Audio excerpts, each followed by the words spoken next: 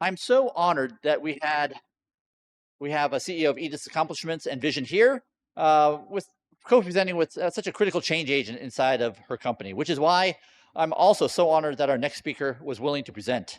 Matt Jones is CEO of Sigma Defense, a firm deeply embedded in the defense community. So if you were like me, riveted and wringing your hands about the downed airmen who needed to be rescued far away from help, it was actually Matt's firm who created one of the key capabilities that enabled an unprecedented rescue of incredible complexity, daring, and scale. So I met Matt 8 weeks ago, and I've told him numerous times, it was like one of those moments that changed my life. During those short 8 weeks, I've gotten to work with him on a bunch of really fun projects, some of which you will hear today. And I spent the last 2 days with him and a bunch of other switched on leaders who convinced me that to really get the full benefits of AI, you really do need not just top level support, but literally the top level support from the CEO. So here to model what that looks like is Matt Jones.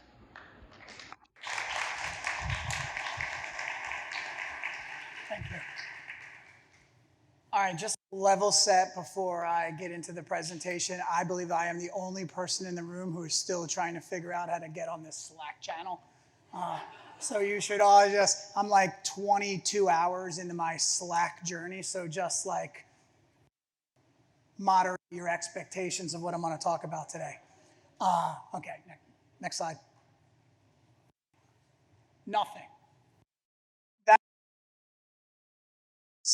So let's say 9 months ago, as the CEO of a private equity-backed firm, my private equity managing director sent me an email and he said, Matt, AI is really important and we're trying to figure out what are all the companies doing in the portfolio?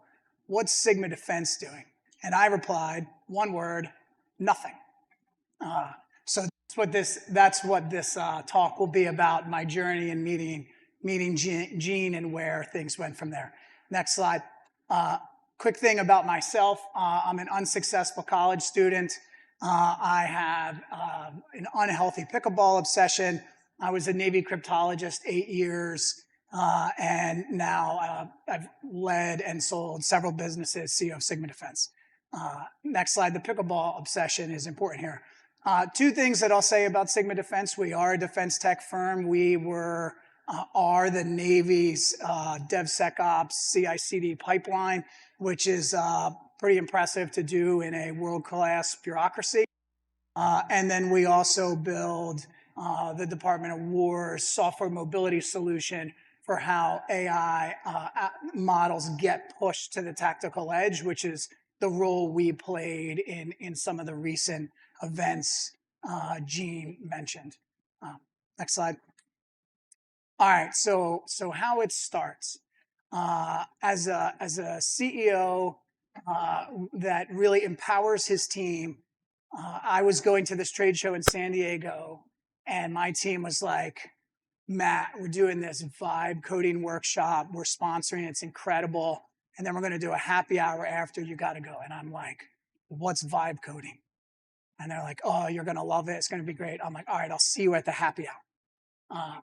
And so for me, it was like, I knew that AI was a thing, but I didn't believe it was mature. I didn't really believe that it had a place in the defense space.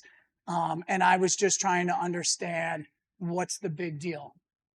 So I got invited to do a vibe coding workshop with a bunch of switched on Navy leaders. So on the next slide, one of the things that was super cool was actually seeing these young officers vibe coding applications doing data visualization exercise of like AIS tripping data. This one, the person on the left, he's actually doing, on the right, he's actually plotting shark attack data on like who lost limbs. So he's a surfer. The one on the left, he's actually plotting ship traffic going out of San Diego Harbor. So that was like pretty interesting, but it was nowhere near as interesting as what happened next. Next slide. So I go to the happy hour, and I'm hearing his team tell Matt about like what these young sailors did. As a former sailor, he started nodding, and then he starts complaining about this application that he hates. I mean, like not just like complaining, like really complaining. I think there was actually swearing involved. Yeah, there was 2 years of anger pent up that I released. Yeah, and so she was clearly a person who has been thinking about this app, about how he would rewrite it. And so I started recording it, and I was like, Matt, how about we vibe code it next week? We'll take 90 minutes and let's see what we can do. And then there was this Navy, let's just say a buying officer of some sort, and said, you know what, for something like that, we would normally put out a bid to compete for 6,000 hours. And like my drink, I just spit out my drink. I was like, oh my gosh, nothing takes 6,000 hours. I opened my laptop, I tethered my phone, like, we're going to build this right now. And so over the course of like 2 hours, I'm just interviewing Matt. I'm like, finding out what about it makes you angry? What's wrong? And like, he's getting so worked up. And it turns out like, the problem is that there's this pickleball scheduling app as an event organizer. He has to send out these links to, let's call them retired people who have never ever seen Google Sheets. And now Matt is spending more time in Google Sheets than playing pickleball, right, in this tournament. And the look on his face, I show this all the time now. As I look at him, it's like, you create some ASCII art mockups. Cloud Codes identifies like, oh, the Google Sheets is the enemy. Our goal is to create a workflow where Matt will never have to touch Google Sheets again. And now the next slide, so on the airport, I'm talking to him the next day, and on the next slide, thus was the birth of DinkLink, and it goes into production next week.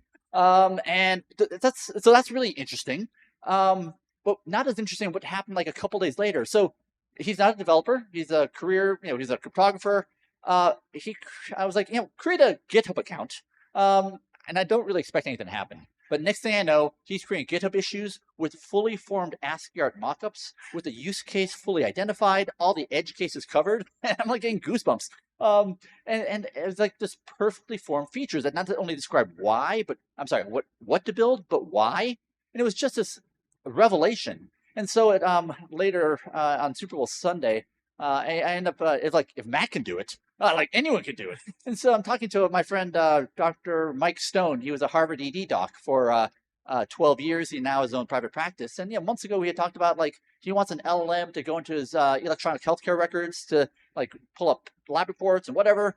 And, I told him like, Matt, here's what Matt Jones did. And so now he's creating GitHub issues. And I just want to share one story before I turn it over to Matt. And then I'm going to say one word.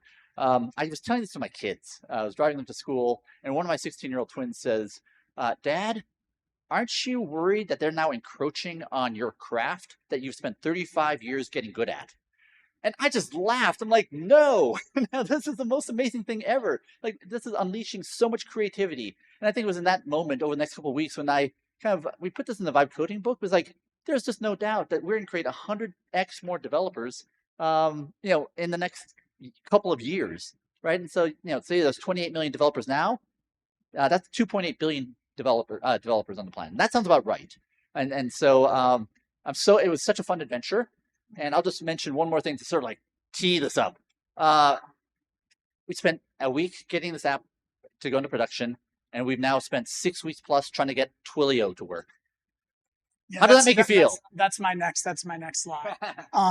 So I know you guys are all switched on technologists, but for me in that experience was Gene interviewing me. I didn't even realize he was recording. And then it took like what I said and turned it into mock-ups. And I think like when you work with that every day and that exists, that it just becomes sort of like common. But I think for somebody who had a vision, who had been thinking about, man, I'd love to develop an app, but I have no ability, no power, I don't have the time. There's no way I could ever bring this thing to fruition without other people, to see that there's something out there today that blew my mind. Those are real pictures. And what it really did for me, and what I'm going to talk about now, is to really think about, what does that mean for businesses? What does that mean for CEOs?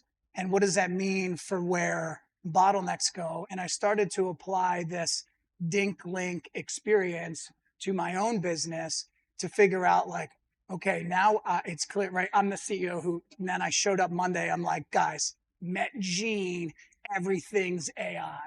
And they're like, take it easy, dude, take it easy. But as we roll that out, we're starting to learn lots of lessons, and we could go to the next slide. What I've seen, pretty instantaneously is that when the coding cycle compresses, everything else is where your bottlenecks are. And you can't really truly optimize the process. If you go to the next slide, it's the administration of the code that becomes your challenge and your problem. And so Twilio, and by the way, if anyone is here from Twilio, I would love to talk to you. That's my first help. It's crazy. We're 4 days. We have an app that's ready for production to be used to plan, uh, you know, 6 courts, 80 people, 7 matches, and I can't get things to work because Twilio says like I have to have a website. And I'm like, dude, I registered with the IRS. Like you had me register with the IRS. You also need a website. So it's like insane to me that there are encumberments around this process that have to be unlocked also. Next slide. I look at this as it really is an inflection point, and it needs to be leadership driven. That there will be CEOs who look at AI as an efficiency gain, a way to reduce labor, a way to cut costs. There will be CEOs like myself who look at it and say, do we have enough ideas to do all the things we can now do?